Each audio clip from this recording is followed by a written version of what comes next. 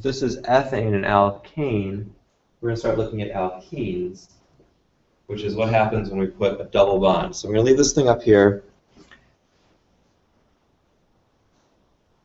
and look at a new window.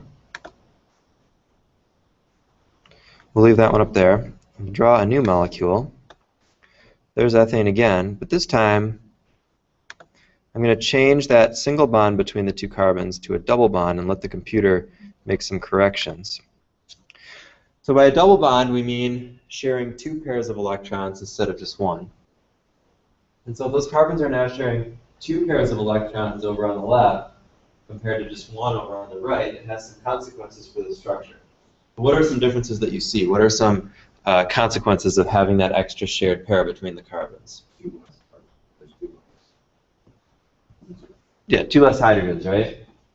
Goes from 6 over here to 4 on the left. Why is that? Yeah, now carbon is sharing more pairs of electrons between the two carbons, so there's fewer electrons available to bind to hydrogen. Yeah. The bond length is a little bit shorter. That's true. What else do you see different?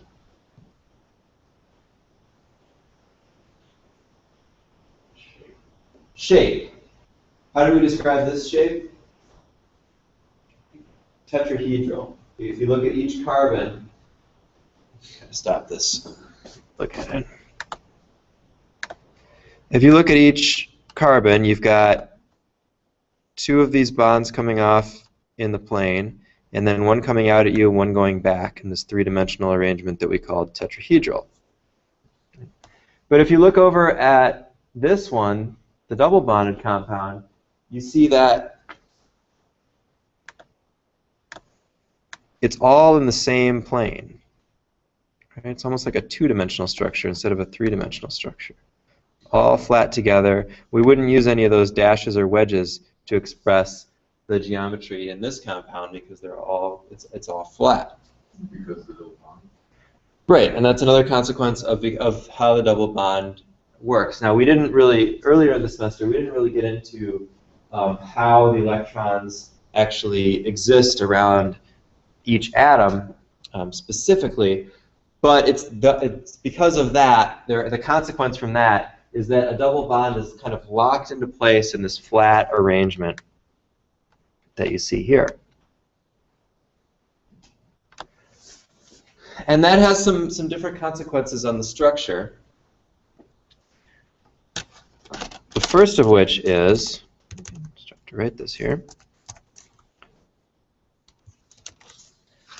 that bond can't rotate. So we're going to look at that in a minute. But first, let's just get our general definitions and summarize some of the stuff that you said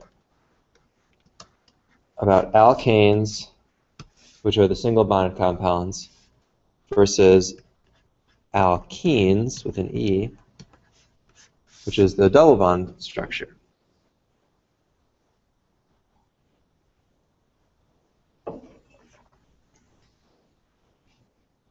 So with an alkane, we might have something like C2H6, which we call ethane. And we draw its structure like this. Single bond between two carbons. And then we have the hydrogens all around, but because we care about the structure, or about the shape here, let's draw it in that tetrahedral form. So each carbon would have one hydrogen in the same plane, and then two hydrogens not in the plane, either coming out at you or going back.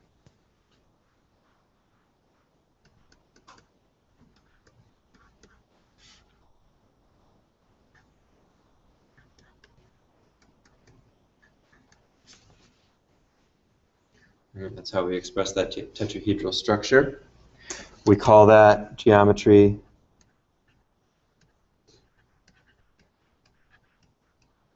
tetrahedral, and it shows that bond angle is about 110 degrees.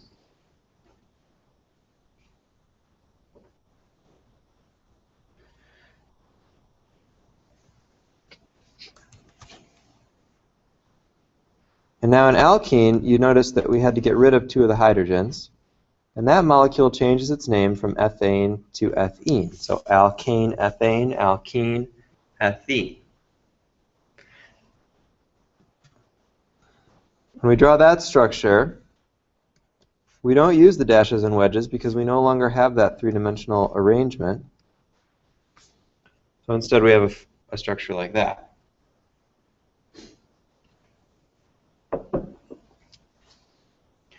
Now that bond angle is a little bit bigger. We have less stuff there now, so they can spread out a little bit more. And that angle becomes 120 degrees. Anybody know what we call this shape, this type of geometry? What? Flat? Yes, flat. Or technically we call it planar. And specifically in this case, the name for this geometry is trigonal planar. The trigonal comes from the fact that if you think of the 3 things connected to each carbon, they make a triangle. Kind of like the 4 things here made a tetrahedron, and that's where the tetrahedral name came from. These 3 now make a triangle. They're at the corners of a triangle. So that's called trigonal planar. And then as long as we're talking about it, let's see what happens when we add 1 more. My computer can handle all these things being open at the same time. What happens now if we put a triple bond between those 2 carbons?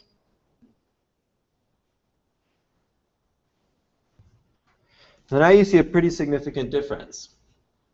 Right? So what's changed here compared to the others? It's just in a line. It's just in a straight line. So we no longer really have any kind of diagonal sort of angles. It's just straight. And again, we've lost 2 hydrogens to allow for that triple bond.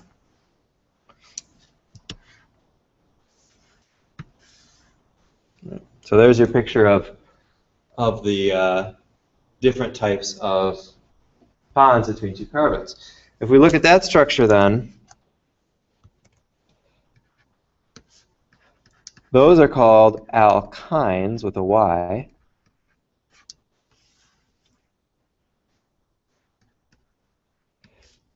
C2H2, the IUPAC name would be ethyne, although it's more commonly known as acetylene.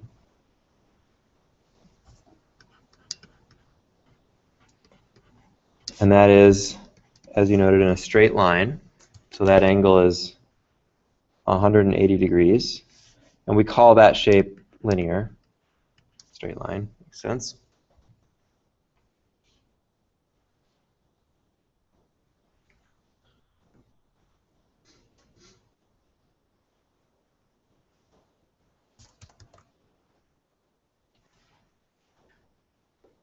So let's talk now a little bit about naming these things using similar rules to what we did before, but the difference is just going to be that now we have to account for this other part. We should also note that these things are functional groups, which means these do chemistry. We can react double bonds and triple bonds with other things and make other chemicals, and they're used in that way. And as we go on in this chapter, we'll see some of those examples, and we'll see where these kinds of compounds come about and where they're important.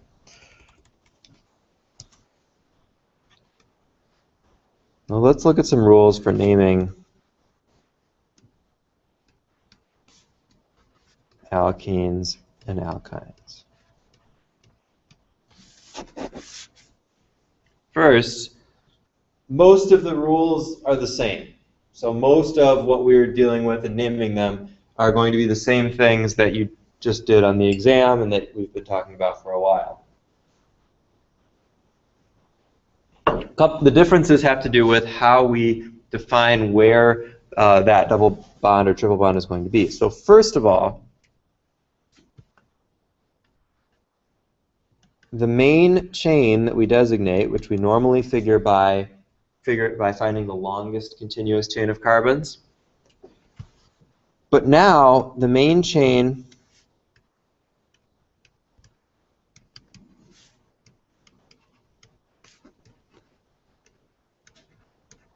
must contain the double or triple bond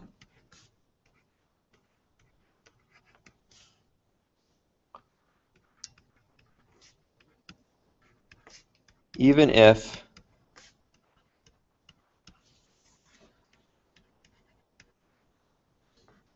it's not the longest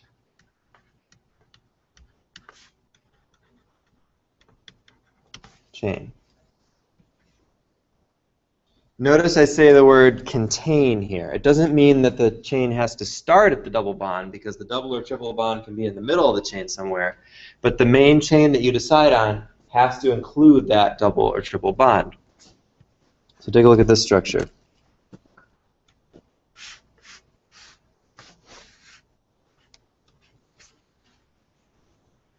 Normally, if we're naming this from the old naming, the naming rules we've been dealing with, we would say, okay, the longest continuous chain of carbons is this one. 1, 2, 3, 4, 5, 6. So this is called a hexane. But because of this rule now, we have to think of not this as the main chain, but this.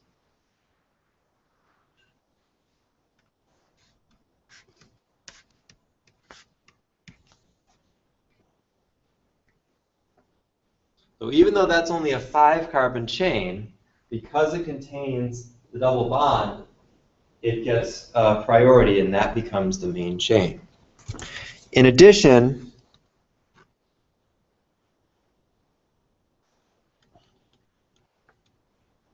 the double or triple bond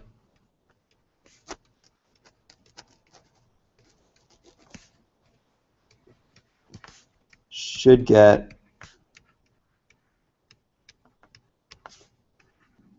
the lowest possible number.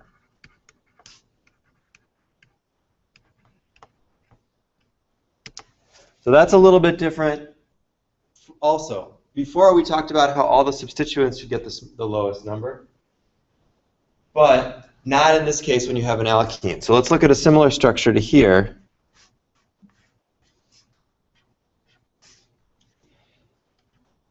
I'm going to put some methyl substituents on it over there.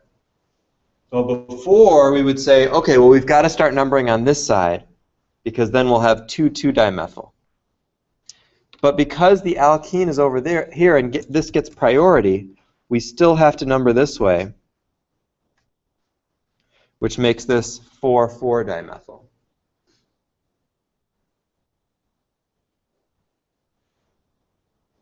right. The reason for that is that by having an alkane or an alkene or alkyne in there, having the double or triple bond in there, we completely change the chemistry of the molecule. So the fact that the double bond is there is the most important part of this molecule. The rest of it, yeah, it influences the shape and the formula and stuff, but in terms of what kind of chemistry a molecule like this can really do, that is what defines it. And so that gets priority over other things. Now, there are other functional groups that get priorities over alkenes, but we won't get to that in this semester. Seeing that rule, then,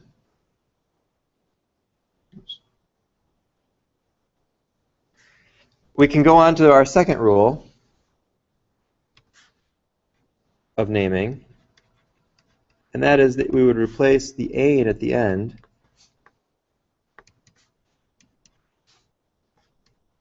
with ene to signify that we now have an alkene. So that's how we tell whoever's looking at our name that we now have a double bond instead of a single bond. Instead of ending in ane, the name ends in ene.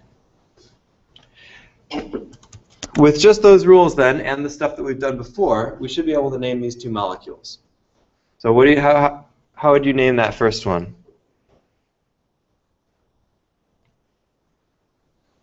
You want to give it a try? 2-ethylpentene.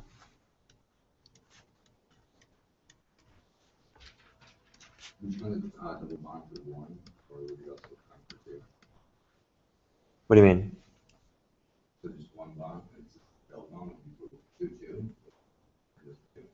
Just two, because there's only one substituent. So it's the substituents that each get their own number.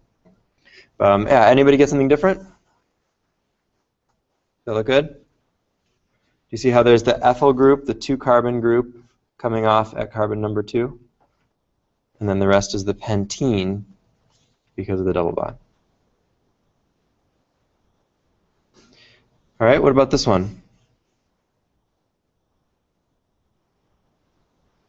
Try that one. It's similar with just a couple more substituents.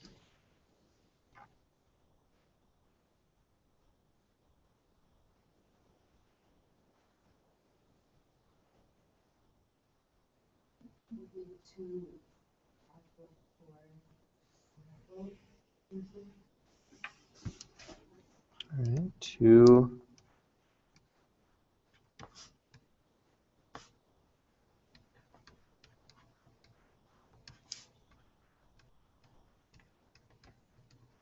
Like that? All right, what do you think about that one? Do you get something different? So there's 2 methyl substituents, so there should be dimethyl.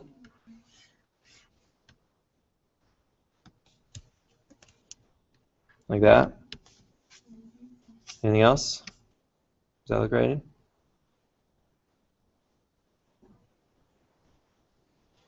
Do I get something different? Okay, this is really close. There's actually just one little thing we need to do. Each substituent needs it to get its own number. So this shouldn't just be 4-dimethyl, it should be 4, oops, wrong color.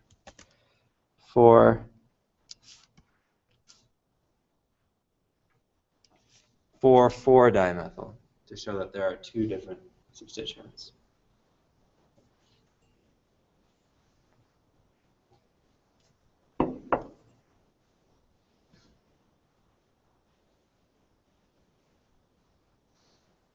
All right.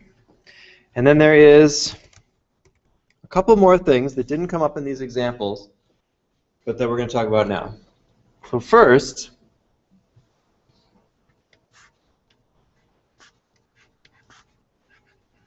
if the double or triple bond, I'm not going to keep writing or triple, but the rules apply the same for triple. If the double or triple bond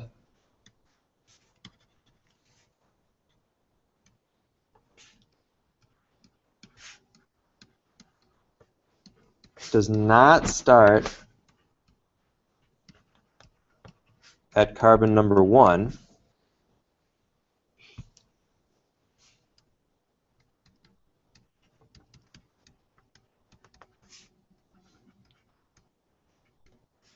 indicate where it starts. For example, let's look at pentene again. There are a couple different ways that we can write pentene.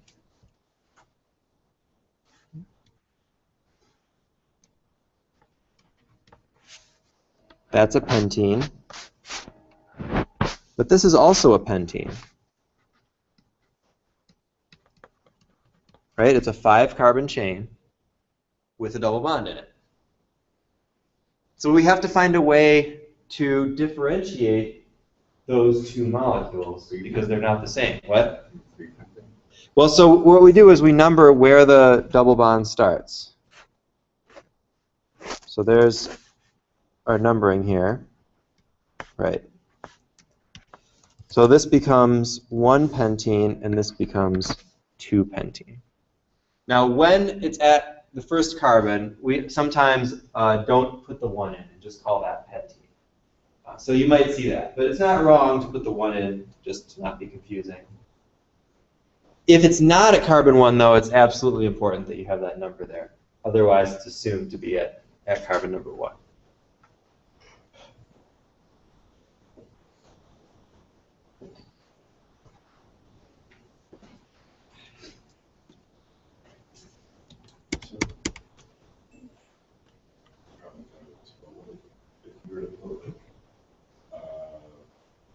Say, like carbon 4 on that. Mm-hmm. Let's do that. Like that? Okay. It's 2 pentenes. Right. So how would we name it when it also has the substituent like that? You're still going to number it the same way. And you put the substituents at the beginning, and you can think of that number as part of the main chain. It always comes right before that main chain. So we can call this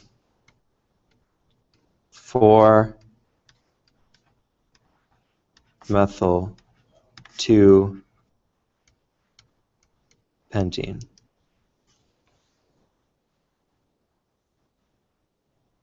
Now there's another way to write it, and it's also correct, and that is to put the number right before the ene. In larger, more complicated structures, sometimes you'll see that because it may not be clear when it's right in the beginning, but it means the same thing.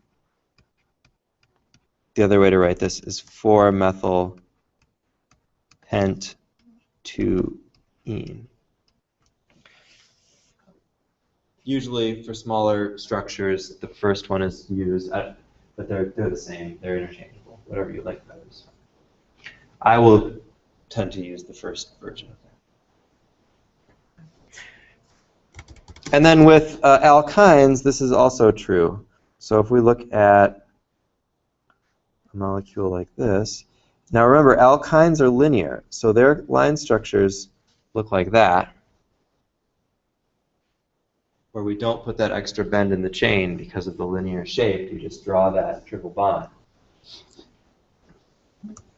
The only potential problem with that is we need to make sure that we count both of those carbons as separate carbons on either side of the double bond. So this is a 1, 2, 3, 4, 5, 6, 7, 8 carbon chain. The triple bond starts at carbon 4. So this is 4-octyne.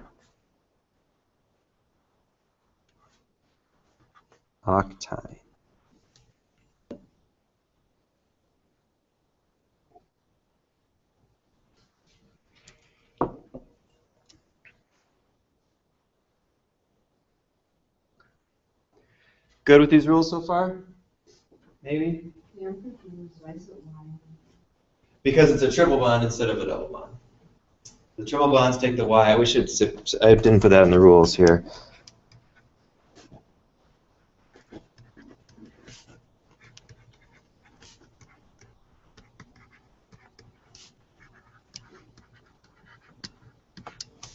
Yeah. The Y is for the triple bonds.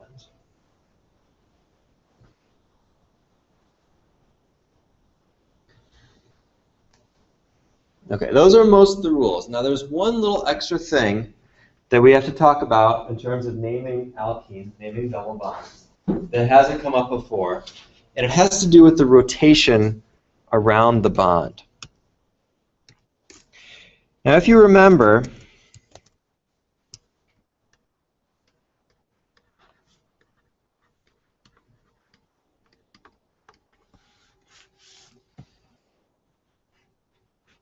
you can take a structure like, well, let's do a simpler one.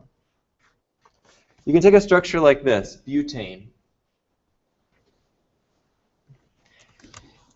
and you can rotate around that middle bond. You can twist the structure around the middle bond, and twisting that makes this one swing over to this side, and you get a structure like this.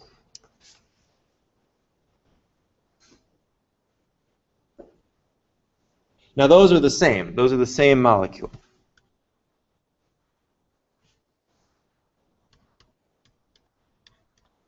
And we made a big deal about that in the last chapter, that you really have to count out the continuous chain with the different things attached to really see if you have isomers or if they're the same. Remember we did those exercises on the board and we tried to determine whether the molecules were the same or not. And that's because you can always do this rotation, and so even vastly different ways of drawing a structure might actually be the same because they can always twist out and form a different way to do it. But it's the same molecule. This is still all butane. With a double bond, this is no longer the case. So if we have this molecule, which, what do we name it? Close. Butene, right. It's 4 carbons. So this is 2-butene.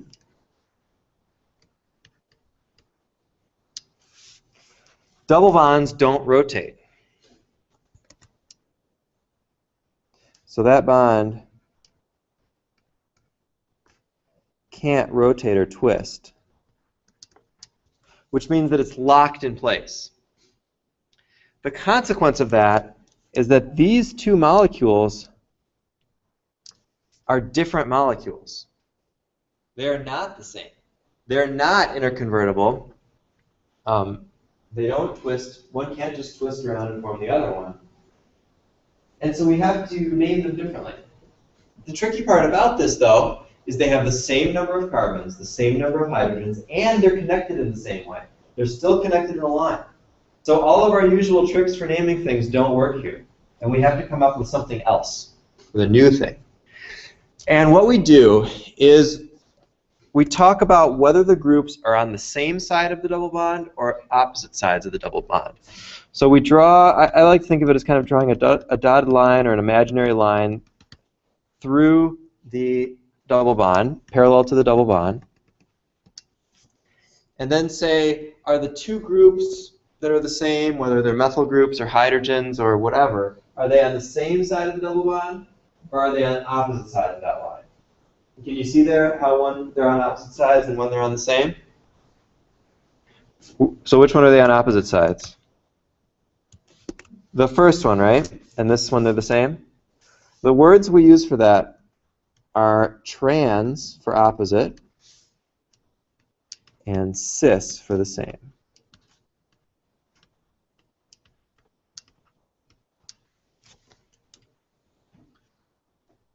So if it's trans to butene, those things are on opposite sides. If it's cis, those are on the same sides.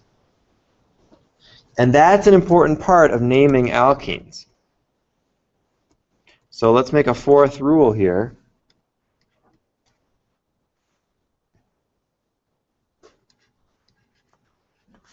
That we will add cis or trans when possible. Now I say when possible because there are plenty of alkenes that don't have a cis or trans. Here's an example.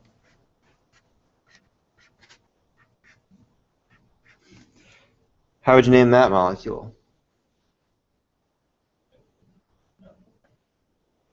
Go through the steps. What's the longest chain? 4. Maybe like that. And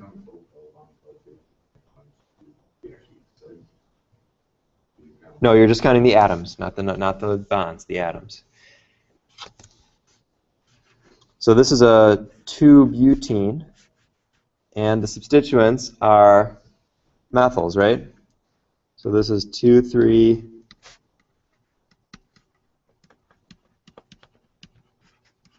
dimethyl 2-butene. Then your final step of naming an alkene should be looking for cis and trans. So we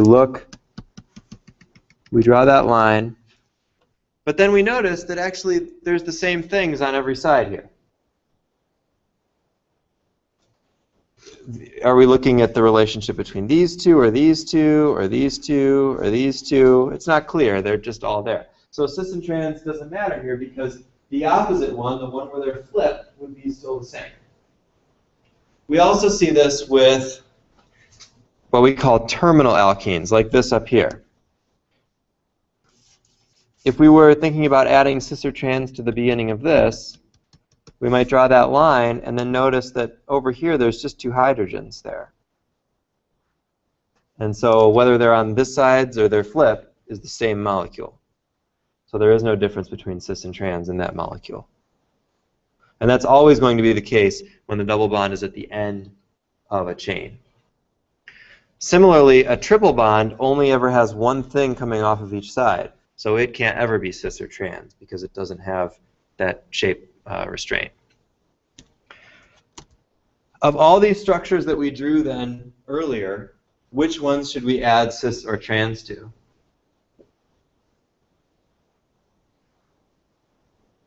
You see any that could be different if you flipped to the other side of the double bond? What do you see? Yeah, 2-pentene, if we draw that line, we see pretty clearly groups on opposite sides, right? So this should be what? How should we rename this? Right. So this should be trans 2-pentene. You see any others?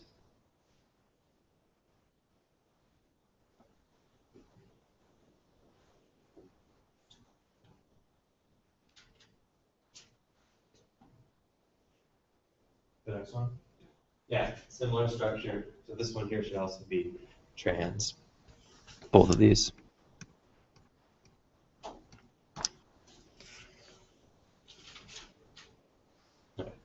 Now we've gone through all the rules for naming these things. We're going to get the longest chain and put the alkene on the lowest number of the longest chain that's possible. That's still the end. We're going to replace the ane at the end with an ene or an ine, depending on if it's a double or triple bond. We're going to number that double or triple bond if it's in the middle of the chain. And then we're going to check to see if cis and trans needs to be added. So let's try some.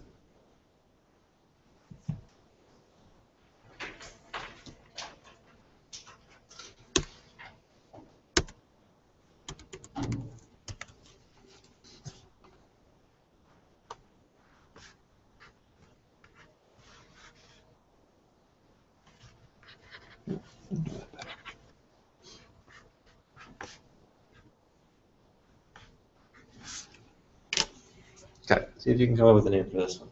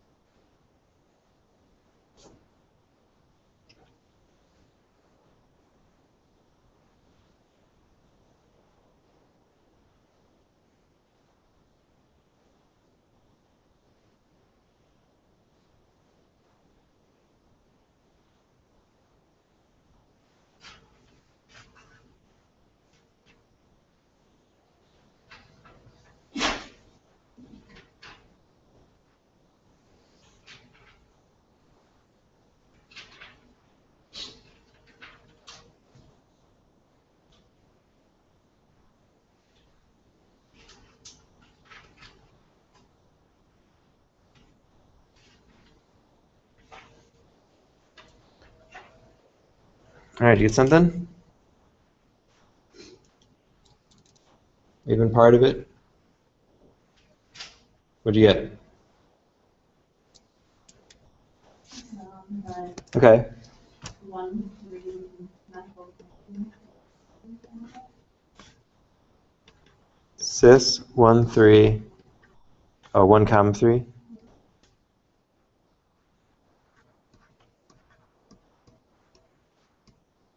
Like that?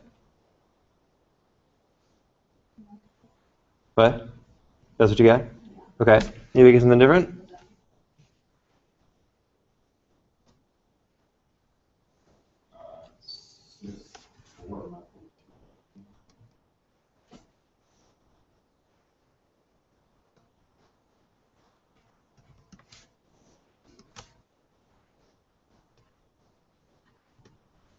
Okay.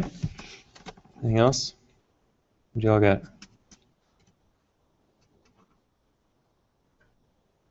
Others? Similar? mine's similar to the first one. Okay. What'd you get? 3 pentene? Okay. Okay, let's go through the rules and check. So first we want the longest continuous chain that contains the double bond, which is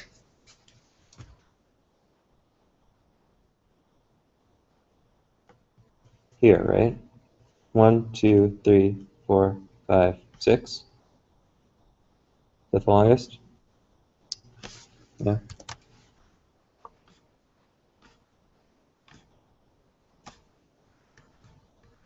Remember, just as with the alkanes, the stuff that we did before, it's tempting to always want to just pick the horizontal thing because that's what looks obvious as the main chain. But really, you have to look at all the connections and make sure that it's the longest continuously connected set of carbons.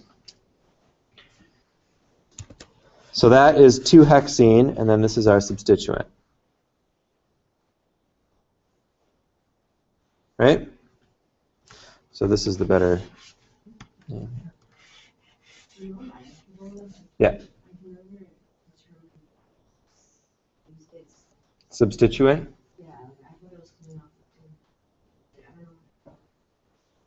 Well, if it's not part of the main chain, it's a substituent.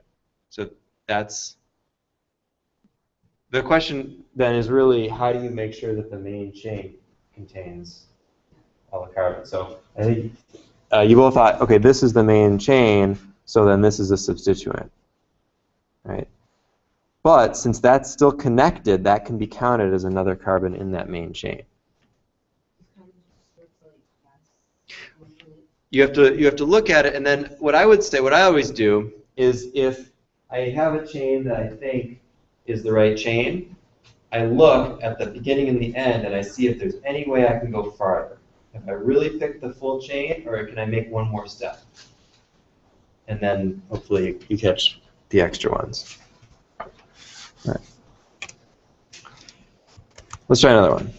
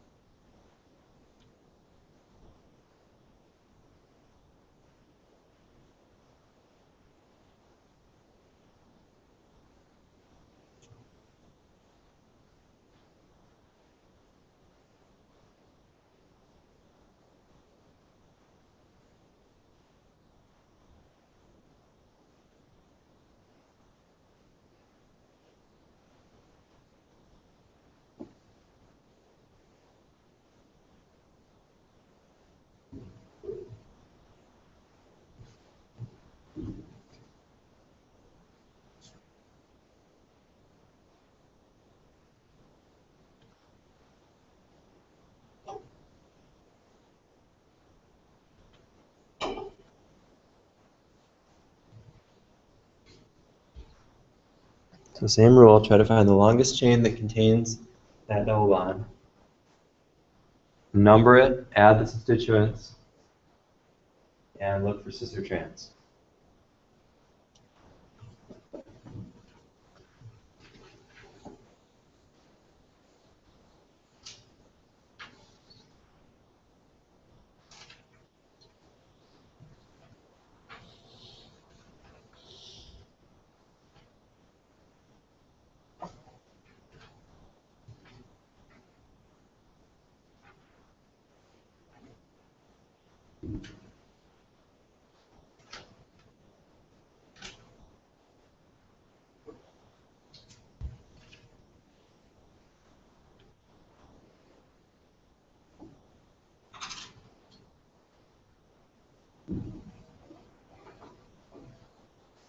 Got some names on this one yet? What do you think? Trans 3,4 dimethyl 3-hexene. Trans 3,4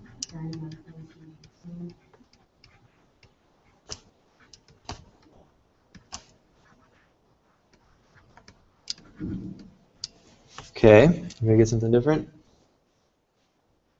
Anybody get, do you get something? Yeah, I got this new thing that said no dying from the methyl. No di in front of the methyl? Okay, so trans 3,4-methyl-3-hexene. Anything else? Yeah, trans. 3-methyl-2. 2-hexene? Yeah. Okay, well let's number them up and see. I think this is our longest chain, right? We can number either from the bottom or the top in this case, which does give us a 3-hexene. Yeah, that gives us a 3-hexene. And then the substituents are the part not in the chain, here and here. That's 3,4-dimethyl. You need the di in there because there's 2 of them. However many substituents there are, it needs a prefix expressing that number. So it's not just if they're, like I thought it was just if they're not the same one, that means that die. Nope, if there's 2 of them anywhere in the molecule, it's di, or if there's 3 of them, it's tri. Then it's the total number of all of them. Right, right, of the same type. Yeah. Okay. Good. Try one more a little bit different.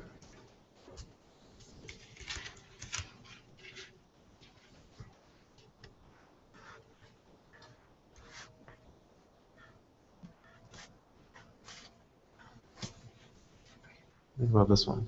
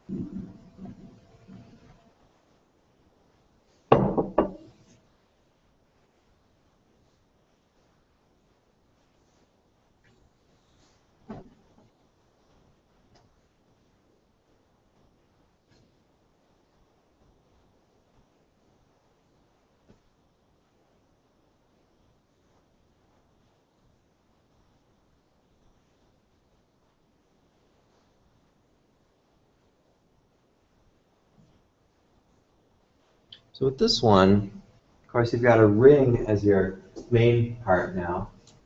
You have to be a little bit careful about how you number it. I'm curious to see what you come up with.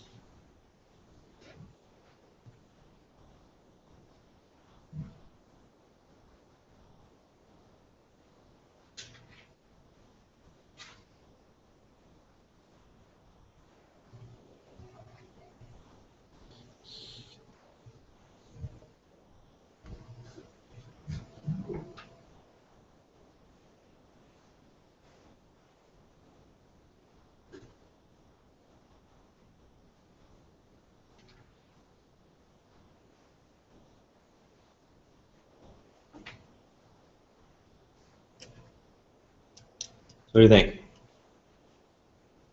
Something? 3,6-dimethyl-1-cycle.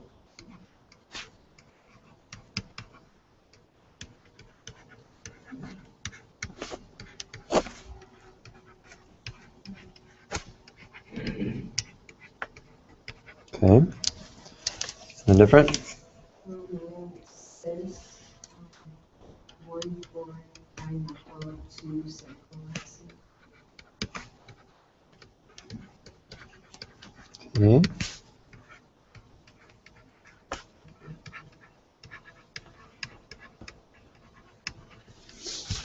Anything else? Doing different? Okay.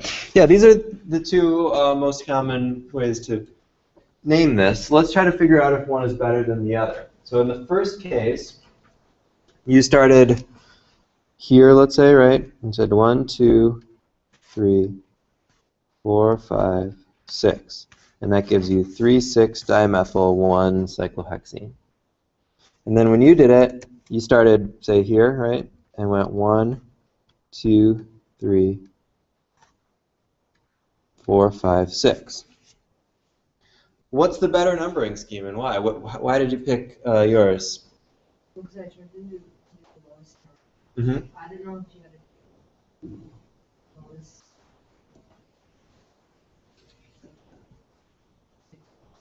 Right. Okay, and then so you pick lowest numbers overall. And how do you pick yours? Lowest number. Lowest number for the double bond. Okay. And yeah, that's kind of a tricky decision because up until this point we've always said you got to have the lowest possible numbers. You want the lowest numbers for your substituents, and so on. Well, actually, as it turns out in this case, this one is the better name because that alkene is so important to this molecule that the fact that it gets the lowest number is more important than the numbers of the substituents being lower.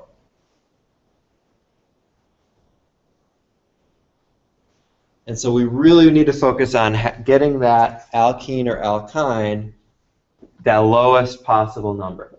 Now what about, you left the cis off your name for here. Why did you do that? If it's a cycle, it's automatically cis. Yeah, that's true. You can't flip it in a cycle. Right. If we tried to draw the trans version of this, it would look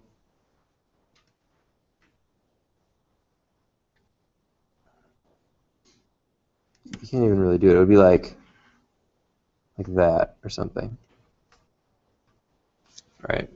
And that geometry doesn't fit in a ring. If you tried to actually make a model of that, you couldn't bend it far enough to actually do that. So you can't really have trans here, and therefore the cis is not necessary. Doesn't mean it's wrong, but we usually don't see it in the in a cyclic compound. You can put it there. It's fine. It's not usually there. In larger rings, you can have cis. I think when you get up to 8, I believe, carbons, you can start to actually have a cis alkene inside a ring. I think that's right. All right, so that's basic naming of these things. Questions about that? Feel maybe okay with that with a little practice? You get it? Okay.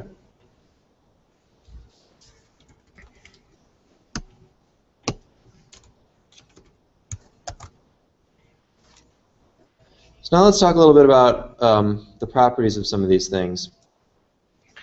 One set of terms that are used a lot with these molecules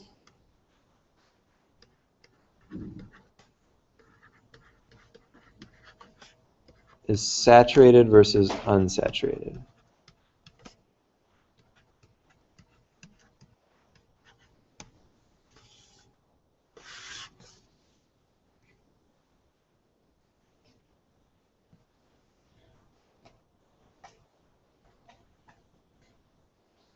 Any idea what this refers to?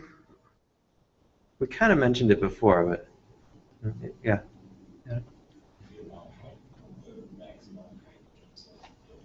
Right. Saturated in general means the maximum amount of something. Like if you go outside and you get rained on, and at some point your clothes can be saturated with water to the point where you can't even get any wetter than you actually are. And then yes, then you're miserable. Unless it's like a nice warm summer rain, and then sometimes it feels pretty good. No? You wet your legs. Okay. As long as you're not walking around.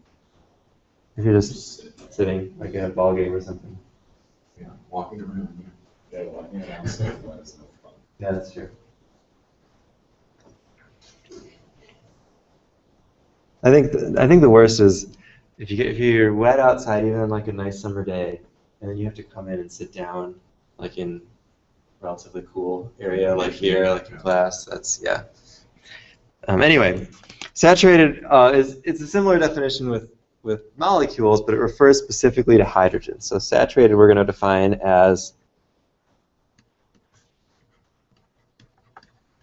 the most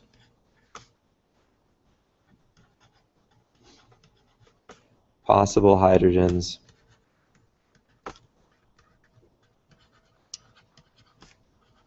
per carbon atom.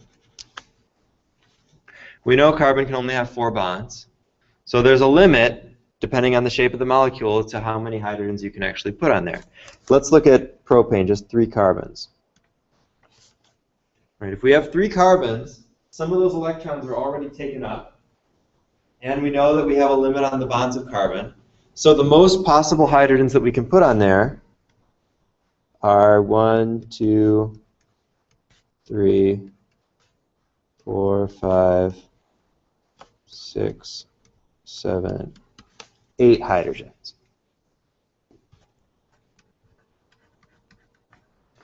We would say that that is a saturated molecule or a saturated hydrocarbon. Got as many hydrogens as possible.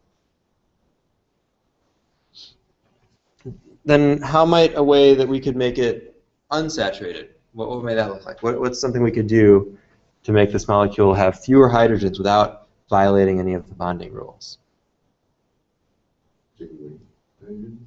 We could take away hydrogens, but then the carbons wouldn't have 4 bonds, so what would we have to do in their place if we took those away? What? Different one. We could put in different atoms, but in that case, that's now something totally different. So we actually don't call that unsaturated. That's just a different molecule. But you're thinking on the right track. So what else could we do if we take hydrogens away? Right, we could make double or triple bonds between the carbons, like we saw at the beginning of class. Those made those other hydrogens go away. So if we put one double bond in propane, we've now decreased the possible number of hydrogens by 2 because those electrons are taken up in this carbon-carbon bond. So we now have C3H6 propene, and that's unsaturated.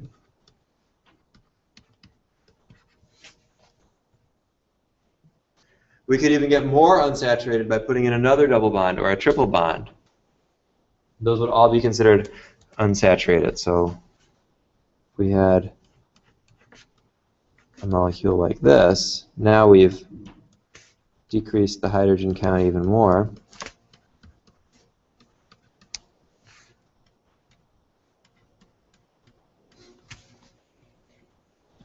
Still unsaturated. I think you do triple bonds. Do end-to-end, 200. We can't do that in this case because that middle carbon would have too many bonds. Because each carbon's limited to 4. So C3H4 is the smallest we can get in this way. But there's actually another way that you can get rid of hydrogens. Anybody know what it is? Another way? But you could add other atoms, but because those kind of take the same place as the hydrogen would, we don't call that unsaturated because it still has a similar structure. What we do actually is you can put these in a ring. If you connect them together like this, you've again used an extra pair of electrons to connect carbons that are no longer available for hydrogens. So if we fill this in so that each carbon has 4 bonds,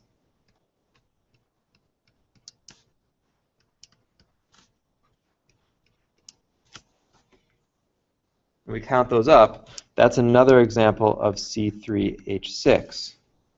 So that's still considered unsaturated.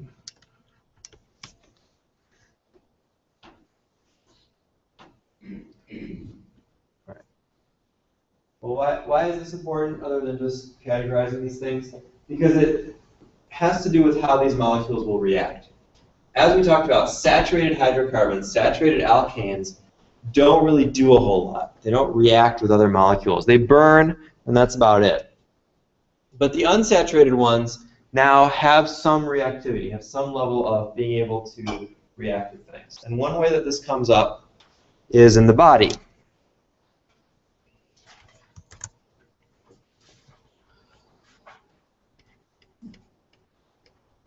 Does anybody know what a fat molecule looks like? It's long chains, and it's actually 3 carbons in a row.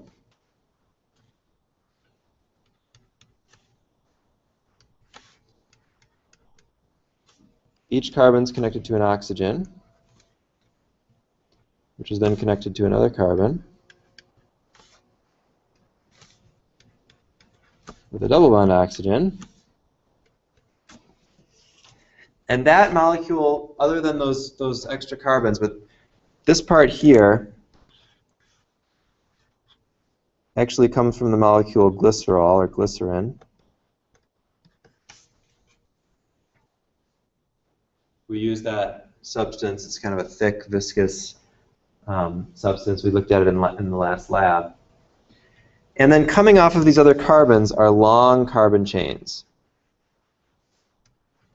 12 to 20 carbons.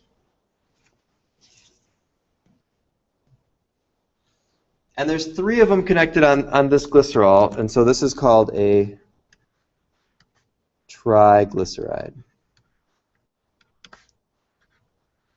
So if you get a test done at the doctor's office and they look at your triglyceride levels, this is what they're looking for, fat molecules in the blood.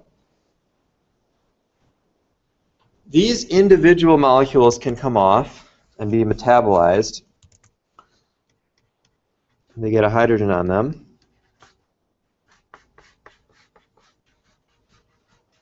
That's known as a fatty acid. And since this chain doesn't have any double bonds in it, this is known as a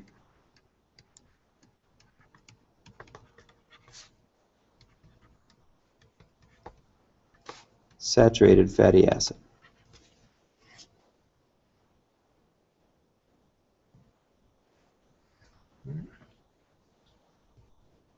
And a saturated fatty acid kind of looks like that. It's long, it's fairly straight with just with the little zigzag.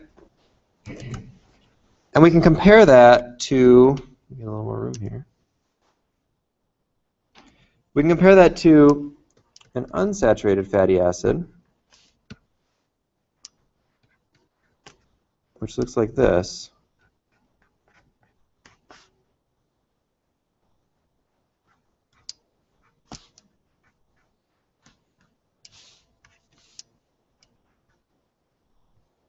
Running out of room, but you see that double bond, and what kind of a alkene? What kind of a double bond is that? Is that a cis or a trans double bond? That's cis, right? And that cis double bond can't rotate, so it puts this kink in the chain, and this is what we call an unsaturated fatty acid. This one is actually oleic acid, which is found in olive oil. It's the main fatty acid in olive oil. And the saturated fat, I don't know if you guys cook at all, but if you've used saturated fats versus unsaturated fats, how might you describe the difference from a physical standpoint?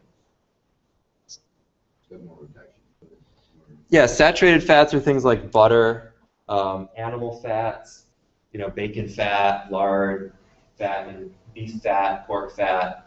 And then unsaturated fats are things like olive oils, vegetable oils. So the saturated fats tend to be solids, and the unsaturated fats tend to be liquids. And that's what? Right, generally speaking. And that's because the saturated fats, because of their shape, can line up and pack more closely.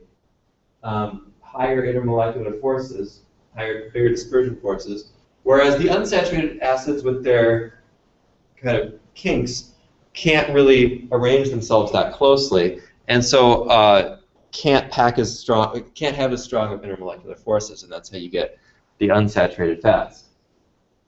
Also, the saturated fats are less reactive, and so saturated fats get into your body and they form protective layers around organs and things like that, which are good, but it also means that they're not broken down as well, and that's why they can clog your arteries and that kind of stuff, cause some other problem, although there's question now on the extent to which that is true.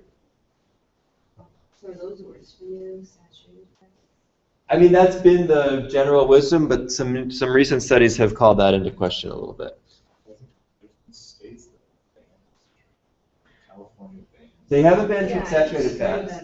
They've banned trans fats. Yeah. So let's talk about what that means. You notice that these double bonds are cis, right? all naturally occurring unsaturated fats have cis geometry.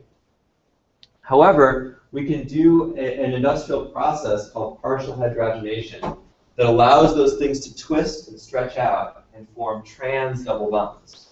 So trans fats are unsaturated, but they have the same geometry as saturated fats. And they were mostly developed as a way to get around people's fear of saturated fats. It was first learned that saturated fats were bad for you. And so manufacturers wanted to be able to use saturated fats without saying that. And so they invented trans fats, which were a way to say, technically it's unsaturated, technically this product has no saturated fat, but really it has this thing that's basically the same, and actually we know now is really worse because of its reactivity. So trans fats don't really need to exist in the first place. It's an unsaturated fat because it has a double bond. It looks like this.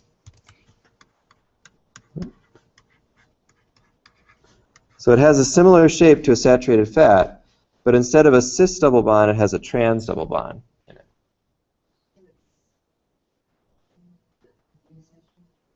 It's technically an unsaturated fat, but it behaves like a saturated fat because of the shape. And it also has the additional advantage of really low reactivity, really high shelf life, and that's why manufacturers liked it also. That's why things like Twinkies, other kinds of snack cakes, those like wrap things that can sit in a vending machine for a decade and basically stay the same, these are the kinds of molecules that made that possible. But other than that, they don't really, we don't really need them. So a lot of states are banning them, and manufacturers are voluntarily stopping using them because there's a pretty significant pile of evidence now that they're quite bad for you, and you really shouldn't eat them at all. Yeah, and there are other alternatives. We could just go back to using the saturated fats, and that would be better. So that's where the trans fats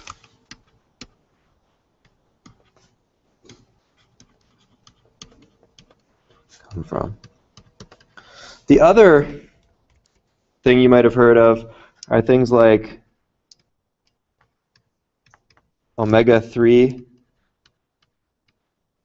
fatty acids, that these are these good fats that you get from fish, or that you need to take some supplements for them sometimes. What that omega-3 corresponds to is the distance from the end of the chain. Omega is the last letter in the Greek alphabet. So the number of carbons away from the end of the chain that the double bond is, that's the number. So omega-3 fatty acid means there's a double bond 3 carbons in from the end of the chain. There's also omega-5s and omega-7s and things like that. These are naturally occurring, and they've been implicated in a lot of important processes like production of molecules called prostaglandins. Interestingly, some recent studies showed that while getting good amounts of omega-3 fatty acids from eating a lot of fish is really helpful, the supplemental omega-3 fatty acids showed no effect. So taking like cod liver oil supplements or fish oil supplements or just omega-3 whatever supplements showed no advantage to anybody, but having a diet that's high in fatty fish did show those advantages. So there's other things going on there besides just that molecule. All right, so next we'll talk about some reactions of these things, how we use them chemically to do reactions and form other molecules. And that'll be pretty much the end. So study up on this. We'll have a quiz on next Thursday that'll have a lot of this in there, naming and that kind of thing. So don't wait till Tuesday to get started with that. And then please get started with your final studying. That'll be coming up soon, week and a half. Have a good weekend. Yeah. Right, we'll do checkout, we'll go over the exam, and whatever time left we can go do some review. And then we should finish this stuff up on Tuesday also, so we'll have Thursday after the quiz to review as well.